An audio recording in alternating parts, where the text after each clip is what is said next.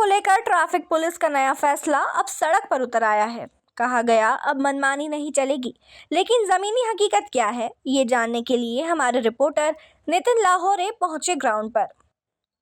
इंदौर शहर में लागू किए गए ई-रिक्शा सेक्टर सिस्टम को लेकर ट्रैफिक पुलिस भले ही इसे सुधार की दिशा में बड़ा कदम बता रही हो, लेकिन सड़क पर ई-रिक्शा चालकों के बीच इस फैसले को लेकर नाराजगी साफ दिखाई दे रही है। ग्राउंड पर जब हमने ई-रिक्शा चालकों से बात की तो किसी ने इसे गलत निर्णय बताया, तो किसी ने सीधे तौर पर मनमानी का आरोप लगाया। ड्राइवरों का कहना है कि सेक्टर सिस्टम के नाम पर अब रूट बदलने का दबाव बनाया जा रहा है और नियमों की आड़ में चालान की तलवार लटक रही है।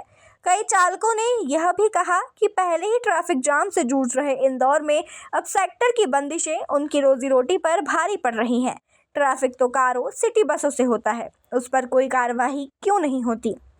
बढ़िया है, अच्छा है, सेक्टर ही बटेगा ना। इससे क्या फ़ायदा मिलेगा ई रिक्शा वालों को? अब फ़ायदा नुकसान होगा वो तो बाद में पता चलेगा। अब जो भी होगा जिस हिसाब से चलेगा उस हिसाब से चला लेंगे, क्या दिक्कत है। मेरा तो निवेदन है गवर्नमेंट से कि 4 अधिकारी बैठ के कमरे में कुछ भी निर्णय ले लेते हैं। अगर मेरे वहाँ से मुझे कहीं जाना मेरे रूट के अलावा तो मैं कैसे जाऊँगा? पहला प्रश्न तो ये जरूरी थोड़ी नहीं कि आदमी कमाने के लिए रिक्शा चला गया है। शादी में जाना है, कहीं घूमने जाना है तो कैसे जाएगा व्यक्ति? दूसरी चीज़, एक रूट पे आप 1500 गाड़ी चला रहे हो तो 1500 गाड़ी कितना बिजनेस करेगी? आप भी दिमाग लगाओ, पढ़े लिखे अधिकारी हो। दूसरी चीज़, आप रोजगार अगर दोगे तो आदमी ऑटो चलाएगा क्यों? आपका गवर्नमेंट रोजगार ही नहीं पैदा कर पा रही है। व्यक्ति के पास काम ही नहीं है, रिक्शा नहीं चलाएगा तो क्या करेगा?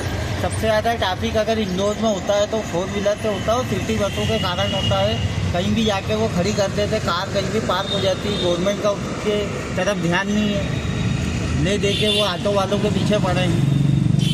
नहीं चलाएगा आदमी कैसे करेगा धंधा? आप ये मुझे बताओ, अधिकारी भी बताएंगे कि एक रूट पे 1000 गाड़ी दौड़ेगी तो कितने का बिजनेस होता है? आप ये पहले कैलकुलेशन तो लगाइए।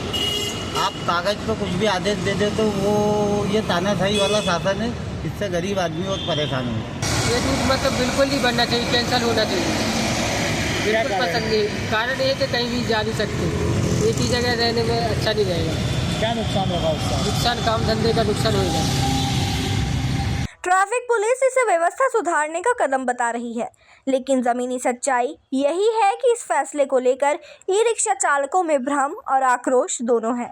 अब सवाल ये है कि क्या ये सिस्टम वाकई ट्रैफिक सुधार पाएगा या फिर ये फैसला गलत निर्णय साबित होकर सिर्फ मनमानी की मिसाल बन जाएगा।